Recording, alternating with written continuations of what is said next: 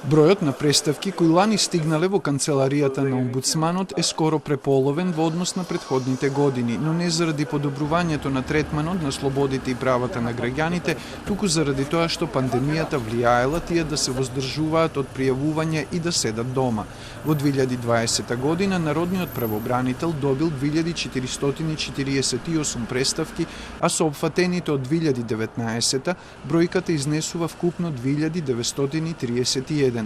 Поради пандемијата, најмногу на удар биле учениците поради промената од настава на училиште на учење на далечина, а скоро целосно биле лишени од настава децата со пречки во развојот. За тоа било информирано Министерството за образование. Често пати талкање по мрежите по кои и платформите по кои ќе се изведе. Отсуството на соодветната опрема за следење на наставата. Отсуството на електрична енергија, често пати како резултат и на неплаќање на сметките од страна на граѓаните и исклучување од страна на ЕВН.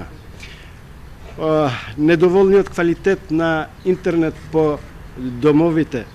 Генералниот секретаријат на владата, без да го разгледа приговорот на секој одбиен студент од правниот факултет, шаблонски, а не суштински возвраќал на ланските преставки за недобиена финансиска помош во картички. Минатата година, кај омбудсманот стигнале преставки и за неисплатени плати за неостварен надомест за нега на друго лице, а половината од преставките се однесуваат на работата на извршителите. И тоа по повеќе основи.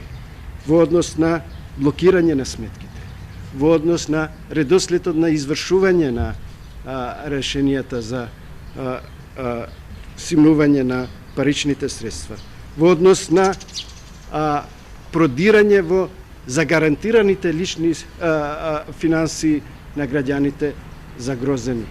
Кај Народниот правобранител пристигнале 9 преставки од граѓани кои не можеле да го остварат правото за добивање државјанство. Зибери очекува решение со усвојувањето на измените на Законот за државјанство.